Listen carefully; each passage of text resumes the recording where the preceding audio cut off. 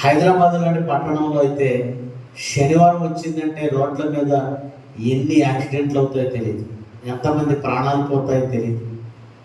ఎందుకంటే రేసులు పెట్టుకునేవాడు, కొంతమంది పార్టీలతో పబ్బులన్నీ, క్లబ్బులన్నీ, చిందులు, విందులు, వినోదాలు. ఈరోజు జల్సాగా బ్రతకడానికి మనిషి అలవాటు పడ్డాడు, విలాసవంతంగా బ్రతకడానికి అలవాటు పడ్డాడు. ఈ విలాసాలు, ఈ జల్సాలు ఎలాంటి ప్రమాదాన్ని తెచ్చి పెడతాయో దేవుడు బైబిల్లో రాయించిన 1-2 సందర్భాలు చూపించి నేను ముగిస్తాను, ఎందుకంటే ఎక్కువ సమయం లేదు గనక. మార్కు సువార్త 6వ అధ్యాయము, మార్కు సువార్త 6వ అధ్యాయము 21 నుండి చదువుదాం. మార్కు సువార్త 6వ అధ్యాయము 21. అయితే తగిన దినము ఒకటి. దేనికి తగిన దినము? దేనికి సరిపోయిన దినము, తగిన దినము, సరైన డేట్ ఒక రోజు వచ్చిందట. ఏంటి అని అంటే, యోహాను గారు, బాప్తిజం ఇచ్చి యోహాను గారు హేరోదును హెచ్చరించాడట.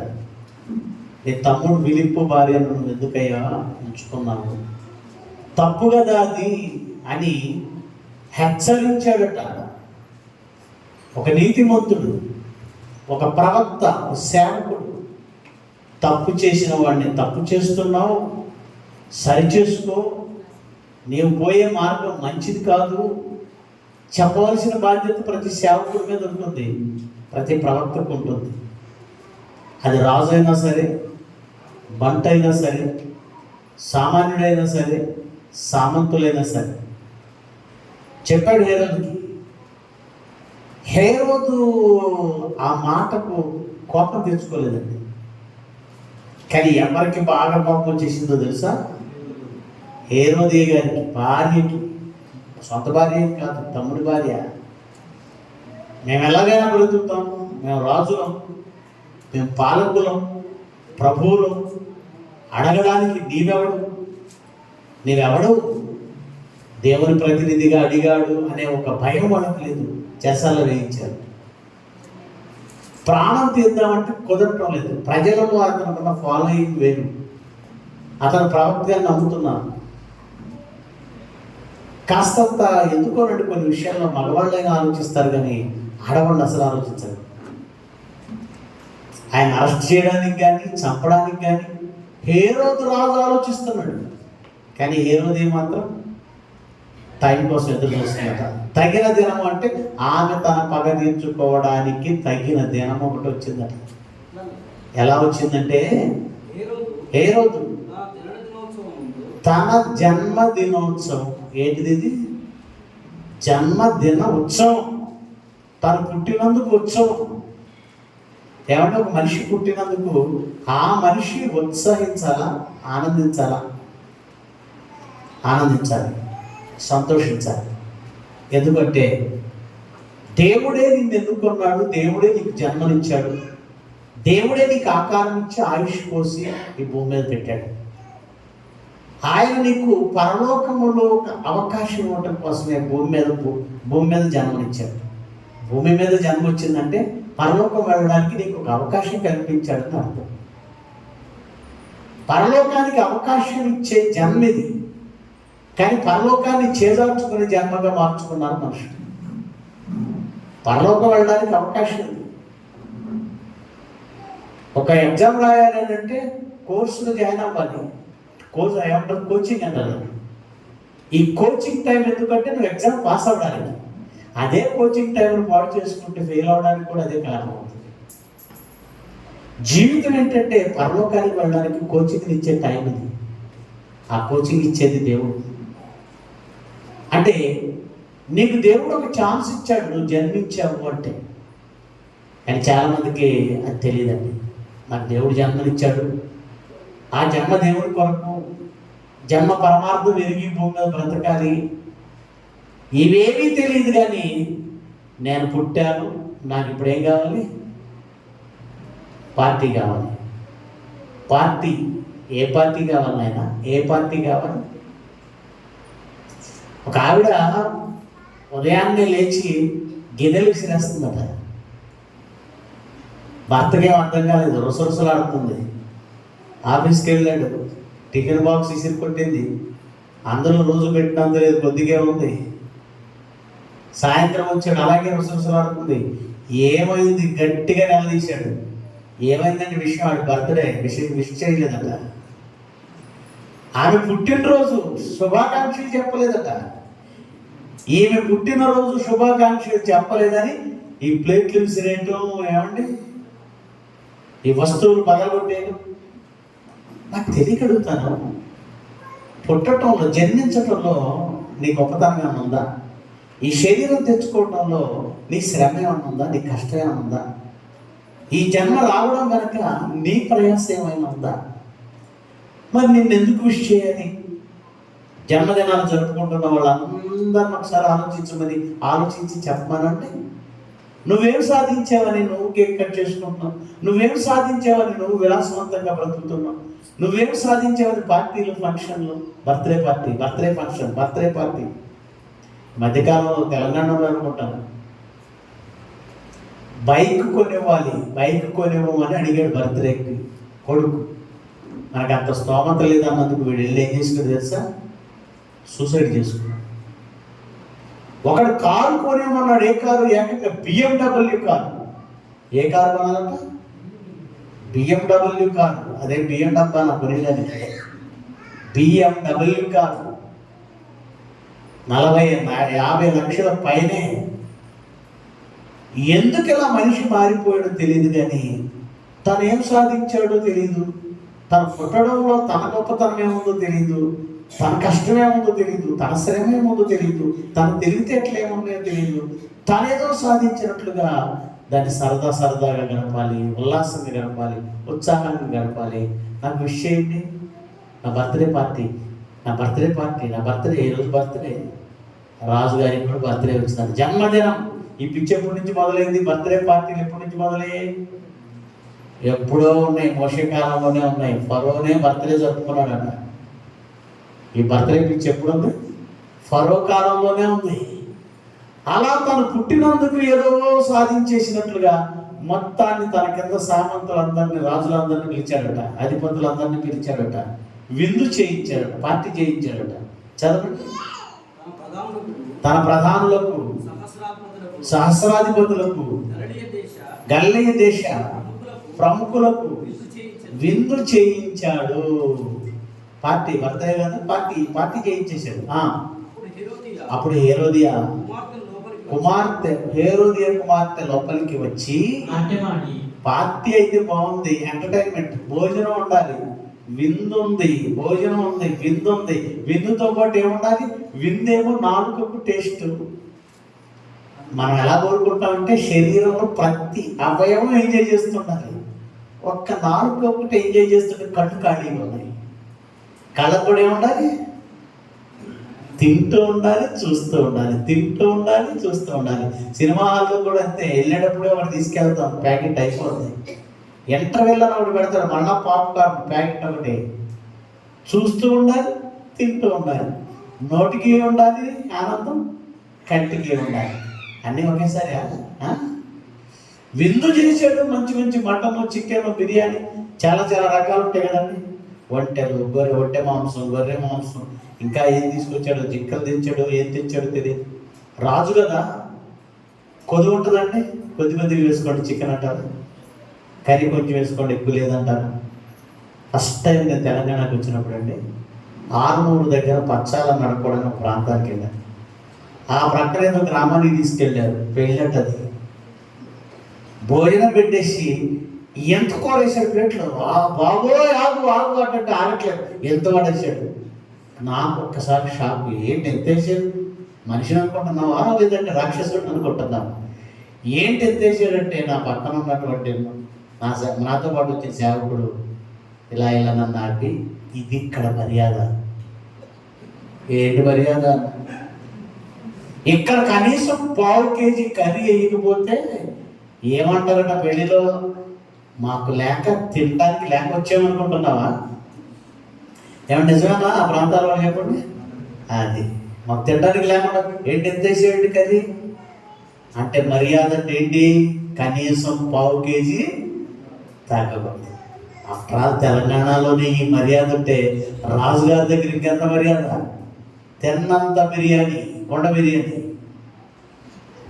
తిన్నంత కర్రీ. ఈ ఎంజాయ్మెంట్తో పాటు వాళ్ళకి ఇంకో ఎంజాయ్మెంట్ కావాలనిపించిందట. ఏంటా ఎంజాయ్మెంట్? నాట్యం. ఆ నాట్యాన్ని చూసి ఆనందించాలని వాళ్ళ మనసులో కోరికని తెలుసుకుంది హేరోదియ. ఎవరిని పంపించిందో తెలుసా? కుమార్తెని, తన కూతుర్ని. తమ్ముడు కూతురు. తనకేమవుతుంది? హేరోది గారికి ఏమవుతుంది? తమ్ముడు కూతురే కదా. ఏమంటే ఎవరైనా కూతుర్ని 10 మంది అధికారుల్ని, ప్రధానుల్ని, శాస్త్ర పెద్దల్ని, టోటల్గా ఎవరైతే కావాలి ప్రముఖుల్ని మొత్తాన్ని కూర్చోబెట్టి కూతుర్ని పిలిచి డ్యాన్స్ చేయంటారా? చిన్న పిల్లల్ని తీసుకొచ్చి డాన్స్ చేయమన్నా నచ్చదండి. మన పిల్లల్ని తీసుకొస్తే, మా దగ్గరకు చాలామంది పిల్లలను తీసుకొచ్చి నాన్న బాగా బేట నువ్వు అది కాను నిర్గమకాండం అవి చెప్పు నాన్న అంకుల్కి, నాన్న ప్రవక్తల పేర్లు చెప్పు, నాన్న ఆత్మఫలాలు చెప్పు. మన పిల్లలు ఎలా చెప్తారు? ఒక పెళ్లి జరుగుతుంటే వెళ్ళానండి, ఒక ఆవిడ ఇంత బొడ్డాన్ని తీసుకొచ్చింది నా దగ్గరికి. బేట నాచో అంటాను. నాకు అప్పుడు ఈ నాచో అంటే ఏంటో తెలియదు. ఏమంటుంది నాచో ఏంటన్నా? ఆడిట్టట్టు ఎగురుతున్నాడు. ఎవరి దగ్గర తీసుకొచ్చి ఎవరి దగ్గర డాన్స్ చేపిస్తుంది? ఒక దైవజనం దగ్గరికి వచ్చి బుర్రా బుద్ధి పనిచేయట్లేదు ఆవిడకి. ఎవరు ఇవిడంటే లోకస్తురాలు. చూసారు? నాట్యం. పిల్లలు డాన్సులు చేస్తుంటే నాట్యం, ఆనందం, సంతోషం. ఈ మధ్యకాలంలో ఈ పిచ్చి బాగా తెలంగాణలో కూడా ఎక్కువైపోయిందండి. ఒకప్పుడు రోడ్ల మీద మగవాళ్ళు డాన్స్ చేస్తుంటే పోకిరి వాళ్ళు అంటారు, తెలుసా మీకు? పోకిరీలు. ఇప్పుడు వయసుకు వచ్చిన కూతుళ్ళు నిమజ్జనానికి వెళ్తున్న వినాయకుడు బొమ్మ ముందు డ్యాన్స్ వేస్తుంది ఎవరు తెలుసా? వయసుకు వచ్చిన ఆడవాళ్ళు. వాళ్ళ శరీర భాగాలు, ఆ దేహంలోని అవయవాల కదలికలు యూత్ అంతా చూసి యూత్లే మోసడు మొత్తం చోళ్ళు కాచుకొని ఎంజాయ్ చేస్తున్నా. సిగ్గు ఎక్కువ లేకుండా తల్లిదండ్రులు పిల్లల చేత ఎగురుతున్నారు. ఇంత కఠినంగా మాట్లాడితేనన్నా మారతారేమో, మీరైనా బుద్ధి చెబుతారంటే. ఏమంటే ఆడపిల్లలు, వయసు వచ్చిన ఆడపిల్లలు ఎగిరితే బాగుంటుందండి. తల్లిగా నీకేమనిపించదు, తండ్రిగా నీకు ఏమనిపించదు, తల్లిదండ్రులకి ఏమనిపించదు. ఎందుకంటే ఎంత ఎదిగిన కూతురు తల్లిదండ్రులకి ఎవరు కనపడతారు? పసిపిల్లలే కనపడతారు. కానీ 10-11 ఏళ్ల వయసు వస్తే చాలు ప్రతి ఆడపిల్లని కామంతో చూస్తారు లోకంలో. అలాంటిది బజార్లో ఎలాగ ఎగిరిస్తున్నాం? వాళ్ళకి వేసే డ్రెస్సులు ఏంటి? రోగం ఏమైనా వచ్చిందా? నిండా కాళ్ళు కింద వరకు డ్రెస్ వేసుకోవడానికి ఏం రోగం? దేవుడు పర్మిషన్ ఇవ్వలేదు. కానీ ఖాళీ ఎక్కడ కాబట్టి అక్కడ ఏమంటే గంటలు కాల్చి వాతలు పెడితే కానీ అప్పుడు కప్పుకుంటారు. ఎందుకు? గాయమైంది కదా. కాలిన గాయాలు చేస్తే తప్ప అప్పుడు కప్పుకుంటారు, లేకపోతే ఏం చేస్తారు? ఇలా తయారైపోయారు. ఆ రోజు ఏ రోజు కూతురు వచ్చి డ్యాన్స్ చేస్తుంటే, వయసుకు వచ్చిన అమ్మాయి డ్యాన్స్ చేస్తుంటే, వాళ్ళందరూ ఎంజాయ్ చేస్తుంటే ఇతనికి ఏం కావాలనిపించింది? విలాసవంతమైనటువంటి జీవితం అది. అలా విలాసవంతమైన ఆ జీవితంలో విందుంది. ఇప్పుడు ఏం కావాలి? ఏం తక్కువ? చిందు. ఆ చిందుకు కూడా ఎవరో మగవాళ్ళు వేస్తే అంత మజా రాదు. ఎవరయ్యాలి? ఆడపిల్లలు ఇస్తేనే మజా. విందులో తిని త్రాగిన ఆ మత్తులో ఎక్కిన ఆ కామాంధుల కళ్ళన్నీ మగాడిని చూస్తే ఎంజాయ్ చేస్తే, ఆడవాళ్ళని చూస్తే ఎంజాయ్ చేస్తే. ఒక కూతురు చేత ఎలా డ్యాన్స్ చేయించాడు? ఇది ఈ హేరోది ఎలా పంపించింది? మనిషి అని అసలు ఆలోచించండి. మనుషులు ఎంతో దారుణంగా ఉన్నారో ఆలోచించండి. అలా డ్యాన్స్ చేస్తే ఆ భంగిమలకి, ఆ నాట్యానికి మురిసిపోయాడట. ఎవరు? తండ్రి కాదు, తండ్రి మురిసిపోయి కూతురు డ్యాన్స్ చేస్తే మురిసిపోయిన ఈ మూర్ఖుడు వరం కోరుకోమన్నాడు. చూడండి వచనం 22వ వచనం చదువుతున్నాను. హేరోదు కుమార్తె లోపలికి వచ్చి నాట్యమాడి హేరోదును అతనితో కూడా పంక్తిని కూర్చున్న వారిని ఎంత సంతోషపరిచిందో. కనుక రాజు నీకు ఇష్టమైనది నువ్వేం కోరుకుంటావు కోరుకో, నన్ను అడుగు, నీకు ఇచ్చేదనని ఆ చిన్నదానితో చెప్పాను. మరియు నువ్వు రాజ్యంలో, బాబోయ్, రాజ్యంలో సగమైన ఇచ్చేస్తానన్నాడంటే ఎంత మూడ్లో ఉన్నాడు అయ్యగారు, ఎలాంటి కిక్కులో ఉన్నాడు, ఎలాంటి మత్తులో ఉన్నాడు అయ్యగారు. రాజ్యంలో సగం వాళ్ళు అడిగిన ఇచ్చేస్తాను, ఒట్టు పెట్టి ప్రామిస్. కనుక ఆమె వెళ్ళి నన్ను ఏమడగమంటావు, తల్లి కదా పంపించింది, ఏమడగమంటావు సలహా అడిగింది అని అడుగగా ఆమె బాప్తిస్మమిచ్చు యోహాను తల. నువ్వు కోరికలు కోరుకోవాల్సిన అవసరం లేదమ్మా, ఎటో నీ తండ్రి నాకు భర్తే ఖచ్చితంగా ఇవ్వాల్సినవన్నీ ఇస్తాడు, పోయిన తర్వాత అన్నీ మనమే అవుతాయి. నువ్వు ప్రత్యేకంగా కోరుకుంటే తప్ప రాందేమీ లేదు. నువ్వు అడగవలసింది ఏదో తెలుసా, బంగారం అవసరం లేదు, ఖచ్చితంగా అడగకుండా వస్తుంది, ఇస్తాను. నువ్వు ఇంకేదేదో అడగడం అవసరం లేదు, ఇస్తాను. నువ్వు ఇప్పుడు ఏమడగల తెలుసా, వెళ్ళి ఆ బాప్తిజం ఇచ్చు యోహాను తల కావాలని అడుగు.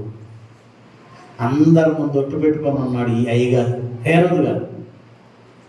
వెళ్ళింది, తల్లి చెప్పింది కదా, వెళ్ళింది. చెరసాల్లో ఉన్నాడు అప్పటికే బాప్తిజం ఇచ్చే యోహాను. వెళ్ళి ఏమంటుందో, ఏమడిగిందో చూడండి. వెంటనే ఆమె త్వరగా రాజు వద్దకు వచ్చి బాప్తిజం ఇచ్చు యోహాను తల పళ్ళెంలో పెట్టి, ఇప్పుడే నాకు ఇంపెంపగోరుచున్నాను. విలాసాల జోలికి వెళ్ళి, విందుల జోలికి వెళ్ళి, సంతోషాల మాయలో లేనిపోని మాటలు ఇచ్చినందుకు ఎవరి ప్రాణానికి అసలు వచ్చింది? ఒక పరిశుద్ధుడి ప్రాణం, ఒక పరిశుద్ధుడి ప్రాణం. తలగొట్టించిచ్చేయి. వద్దమ్మా, అది ఎందుకమ్మా, నీకు బంగారం కావాలని కోరుకో, రాజ్యం ఇస్తానన్నాను కదా, ఇది ఎందుకమ్మా అని అనలేడు. ఎందుకంటే అందరి ముందు మాట ఇచ్చాడు. మళ్ళీ ఇదొక పౌరుషం, ఇగో రాజవంశం, మాట తప్పని వంశం, అడుగు తెప్పల వంశం, ఇలాంటి పేరు ఒకటి ఉండాలి మన చరిత్రలో. గనుక ఏం చేశాడు చూడండి, బహుగా దుఃఖపడ్డాడు. అంటే దాని అర్థం ఏంటి? హేరోదు యోహాను చంపడం ఎవరికి ఇష్టం లేదు? హేరోదుకి ఇష్టం లేదండి. ఎందుకంటే వారంతా అంతో ఇంతో కాస్త జ్ఞానం తెలుసు, ధర్మశాస్త్రం తెలుసు. హేరోదుకి ఇశ్రాయేలు ప్రజలనే కదా పరిపాలిస్తున్నాడు. కనుక ఒక ప్రవక్తగా ఎంచబడిన, ఒక ప్రవక్తగా చూస్తున్న యోహాను ప్రాణం తీయకూడదు. భక్తుడు, అది శాపం అవుతుంది తెలుసు. దుఃఖపడ్డాడు, చాలా దుఃఖపడ్డాడట. బహుగా దుఃఖపడను గాని తాను పెట్టుకొనిన ఒట్టు నిమిత్తం, తనతో కూర్చున్న వాళ్ళ నిమిత్తం ఆమెకు ఇయ్యను అననొల్లకపోయాను. వెంటనే రాజు అలా అతని తల తెమ్మని ఆజ్ఞించాను. ఒక బంట్రోతును పంపించాడు. వాడు వెళ్ళి చెరసాలలో అతని తల ఛేదించేసి పళ్ళెంలో పెట్టి తీసుకొచ్చి ఇచ్చాడు. నిజంగా ఆలోచించండి, ఒక రకంగా హేరోదు చంపాలి అని అనుకోలేదు, ప్రాణం తీయాలనుకోలేదు. ఒక మంచి ఆలోచనతోనే ఉన్నాడు. ప్రవక్తలని గౌరవప్రదమైన ఆలోచన, ప్రజలలో ప్రవక్తగా ఎంచబడిన వారి విషయంలో గౌరవప్రదమైన ఆలోచన ఉన్న వ్యక్తే. అదే విధంగా కావచ్చు. కానీ తన విలాసవంతమైన జీవితం, తన సరదాలు, సంతోషాలు ఒక పరిశుద్ధుని ప్రాణాన్ని తీసే పరిస్థితిని తీసుకొచ్చాయి. ఒక పరిశుద్ధుని ప్రాణం పోవడానికి భారీ మూల్యం, విలాసాల మూల్యం, పరిశుద్ధుని ప్రాణం, విలాసాల మూల్యం, విలాసవంతంగా విలాసాలు, సరదాలు. ఏమంటే మరి మీకు సంసోన్ మీ అందరికీ తెలుసు. సంసోన్ పెళ్లి చేసుకోవాలనుకున్నాడు. ఎవరిని పెళ్లి చేసుకోవాలనుకున్నాడు? ఫిలిస్తీన్లలో ఒకటిని చూసి వచ్చాడు. అంటే ఇశ్రాయేలీయులకు ఎవరు లేరా? ఉన్నారా లేదా? ఎలాంటి వంశం అది? అబ్రహాము ఏమన్నాడు? నా కుమారుడైన ఇస్సాకును నువ్వు పెండు కుమార్తెను తీసుకురావాలి. ఎలియాజరు నువ్వు ఈ కనాను స్త్రీలలో ఎవరిని నా కుమార్తెకు నా కుమారునికి భార్యగా తీసుకురావడానికి వెళ్ళారు. నా బంధువులు ఉన్నారు, మంచి సంస్కారం కలిగిన వాళ్ళు, సంస్కారవంతమైన కుటుంబం అది. రెబ్కానే ఒక సంస్కారవంతురాలు తీసుకొచ్చి పెళ్లి చేసుకున్నాడు. కానీ సంసోను ఫిలిస్తీయులు వాళ్ళేంటో, వాళ్ళ ఆచారాలు ఏంటో, వాళ్ళ సాంప్రదాయాలు ఏంటో, వాళ్ళ పద్ధతులు ఏంటో, వాళ్ళు ఎలా ఎదిగారు. ఒక మంచి సాంప్రదాయబద్ధమైన కుటుంబం కాదది. ప్రేమించేశాడట, ప్రేమించాడు, సరే పెళ్లి చేసుకున్నాడు. అంతటితో ఆగాడా? అందులో పాపం ఆయన ఒక పొడుపు కథ వెళ్ళేటప్పుడు ఏమట, ఆయన చంపిన సింహము ఎముకలు కూడుకట తేనె తుట్టి పట్టేదట. దాన్ని తీసుకొని తిన్నాడట. చాలా టేస్ట్గా ఉంది. విందు చేశాడు. ఎవరు విందు చేయాలంటే వీళ్ళే విందు చేయాలంట. పెళ్లి కొడుకే విందు చేయాలి. విందు చేశాడు. ఫిలిస్తీన్ దగ్గరికి వెళ్ళి విందు చేశాడు. అదంతా మీరు 13వ అధ్యాయం, 14వ అధ్యాయం, 15వ అధ్యాయం చదివితే మీకు సమయం లేదు కనుక నేను ఎక్కువ చెప్పడం లేదు. మీరు చదివినారు కనుక విందు చేశాడు. ఆ విందులో పొడుపు కథ ఒకటి అడిగాడండి. నేను ఒక పొడుపు కథ వేశాను. ఏంటా పొడుపు కథ? తినేదానిలో నుండి తిండి వచ్చింది, బలమైన దానిలో నుండి తీపి వచ్చింది. ఏంటో చెప్పండి అన్నాడు. దాని పందెం ఏంటో తెలిసి పందెం వల్ల 30 వస్త్రాలు, 30 కొత్త వస్త్రాలు నాకు మీరు బహుమానంగా ఇవ్వాలి. చెప్పలేకపోతే, లేకపోతే నేను మీకు బహుమానంగా ఇస్తాను. 30 జతలు. ఇప్పుడు వీళ్ళు జుట్టు పీక్కుంటున్నారు ఫిలిస్తీన్లు. ఏం చేయాలి? ఒక బానిసవాడు, వాడి ముందు మనం పరువు పోతుంది. అల్లుడు చేసుకోవడమే ఎక్కువ. ఇప్పుడు పొడుపు కథ అడిగాడు అంటే మనం కనీసం అతని బలం ముందు నిలబడలేకపోయాం. ఇప్పుడు జ్ఞానం ముందు కూడా నిలబడలేమా? తక్కువైపోతాం. ఇశ్రాయేలీయుల ముందు మనం చిన్నవాళ్ళం అయిపోతాం. ఫిలిస్తీన్లు ఆలోచిస్తున్నారండి ఇలాగా. ఏం చేయాలో అర్థం కాలేదు. సమయం ఎన్ని రోజులు ఇచ్చాడు? 7 days. భార్య దగ్గరికి, సంసోను భార్య దగ్గరికి వెళ్ళారు. నువ్వు పొడుపు కథ చెబుతావా? నీ తండ్రి ఇంటి వారిని చంపేయమంటావా? ఇప్పుడు ఏం మొదలు పెట్టింది? ఆ పొడుపు కథ చెప్పు అంటే నేను చెప్పడం లేదు. నువ్వు నన్ను ప్రేమించలే, ఆడటం మొదలు పెట్టింది. నువ్వు నాటకం ఆడావు, నన్ను ప్రేమించలేదు. నిజంగా ప్రేమిస్తే ప్రాణం విసిగించింది అంటండి. ప్రాణం విసిగించింది. ప్రాణం విసిగించేసరికి చెప్పేశారు. చిన్నగా వాళ్ళకి చేరేసింది. ఇది సంగతి అని వాళ్ళు ఆనందంగా పెద్ద పొడుపుగా తీసావు మగాడిలాగా. దాని అర్థం ఇదని చెప్పేశారు. అప్పుడు అర్థమైపోయింది. నా దూడతో దున్నని ఎడల మీరు దీనిని విప్పకపోయి ఉందరు. నా దూడతో అంటే మీరు నా భార్యని బ్లాక్మెయిల్ చేశారు. నాకు తెలుసు. కోపంతో వెళ్ళాడు. 30 మందిని చనిపోయాడు. ఆ బట్ట తీసుకొచ్చి ఇలా మొక్కానేసాడు. ఇదేంటి బ్లడ్ ఉందంటే ఇచ్చేదిగా తీసుకోండి అన్నాడు. పగ అక్కడి నుంచి పగ మొదలైంది. పెద్ద శత్రువుగా చూశారు. ఆ తర్వాత భార్య మీద కోపంతో అలిగి వెళ్ళిపోయాడు. భార్య మీద కోపంతో అలిగి వెళ్ళిపోతే ఇక ఎప్పటికీ రాడు అనుకొని ఆ ఇంకొకరికి చేసాడట. వాడు ఎవరు? సంసోను మామ. ఏం మంచి కట్టుబాట్లు. నేను భర్త రాకపోతే వెళ్ళి బతిలాడమో లేదంటే సర్క పెట్టడం ఏమి ఉండవు. తీసుకెళ్ళి ఇంకోటికి పెళ్లి చేశాడట. ఎలాంటి సంస్కృతి అంటే అది? ఎలాంటి సాంప్రదాయాలు అంటే అది? నా భార్య ఏదని తిరిగి వచ్చాడట. వస్తే ఎక్కడ ఉంది?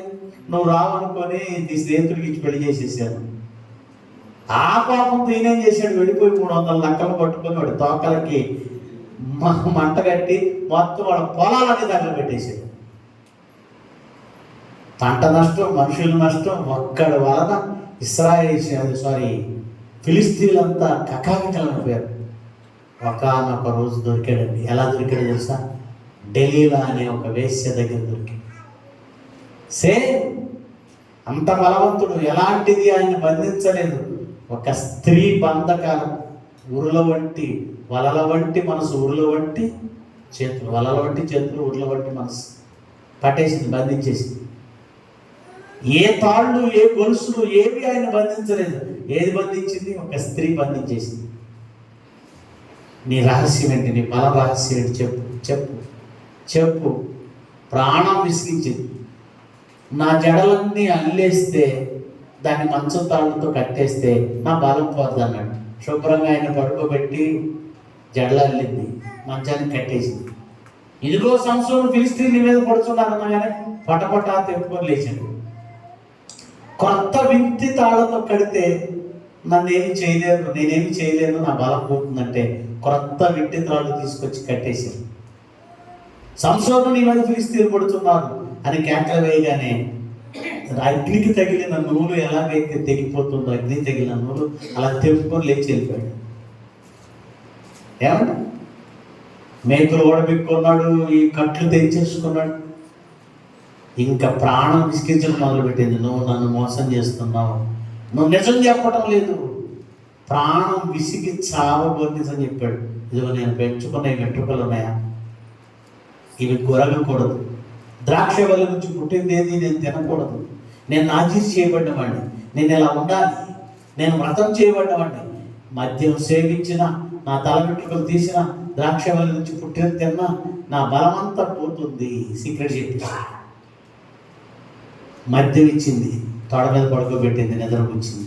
ఫిలిష్తీయులు వచ్చి పిలిచింది, నున్నగా గుండు కొట్టేశారు. బలం పోయింది. తీసుకెళ్ళి కట్టేసి 2 కళ్ళు పొడిచేశారు.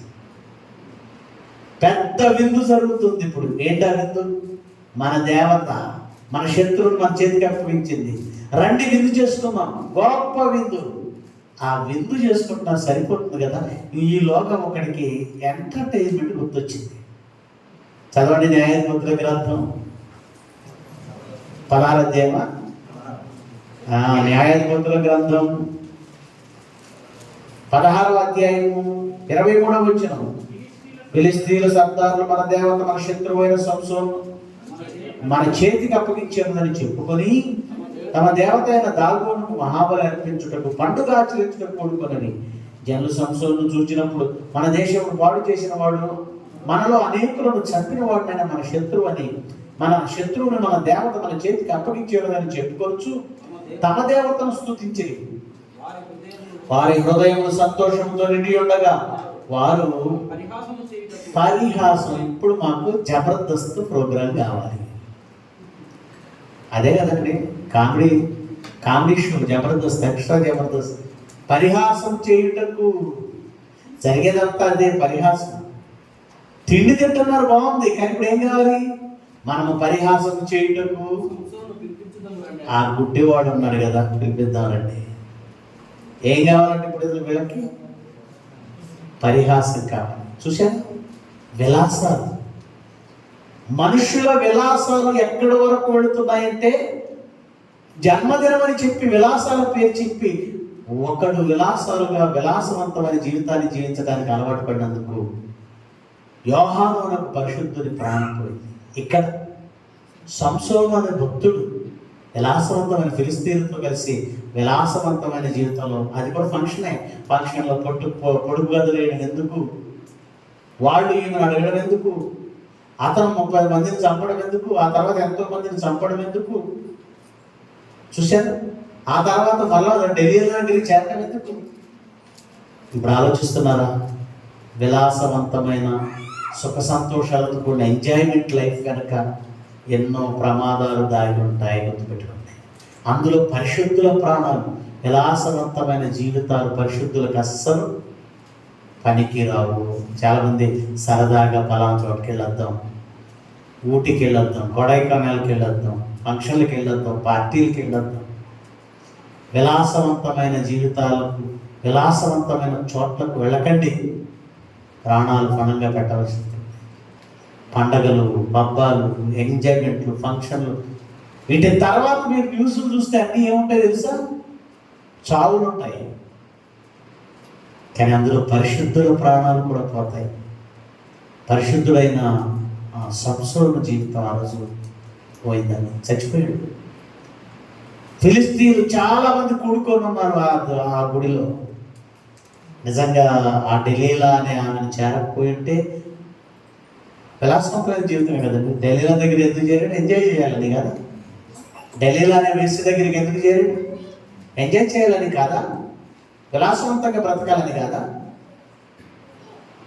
దాని పర్యవసానం, దాని మూల్యం ఏంటి? కళ్ళు పోగొట్టే, కళ్ళు పొడి చేశారు, తర్వాత ప్రాణం పోయింది. కళ్ళు పొడి చేశారు, ప్రాణం పోయింది. కళ్ళు పొడి చేశారు, ప్రాణం పోయింది. ప్రార్థన చేశాడు, నేను ఇంక బ్రతకాలనుకోవటం లేదు తండ్రి.